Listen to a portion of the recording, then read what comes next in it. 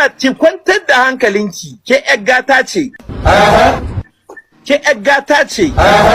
Ba gurguwa ba ce ke, kina da mijin. Duk abin da nake hana ka baka hannuwa in ansa ne kake so I will give you an answer with a good explanation baka hannuwa.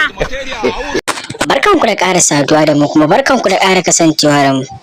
Kun ji abin da jaruma ko kuma in ce yar TikTok Sadiya Haruna take aikatawa tare da mijinta Gfresh, inda yanzu abin yayi damari a social media ko ina maganganun su ake yi.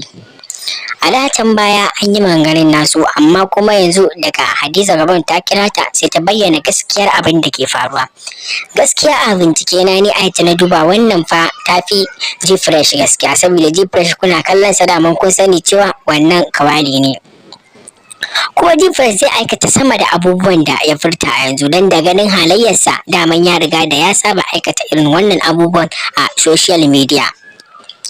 Amma mace ta taimake ka ta rufa ma asiri ta ma duk abubuwan da kake so, amma kuma ka zo ka jefa mata ƙasa a ido, wanda kuma hakan bai dace ba. Ta farga ta ma riga da wando tunda ta ɗauke ka ta kai ka gidanta ta ma komai da komai, dan ka ce ita ka sha da ita, saboda ka nuna cewa kai da gaske kake mutuwar ƙaunarta. Gaskiya dole a gogewa Sadiya Haruna, a jinjina mata irin yabo da girmamawa da cewa Gfresh, amma shi kuma ya watsa mata ƙasa a ido.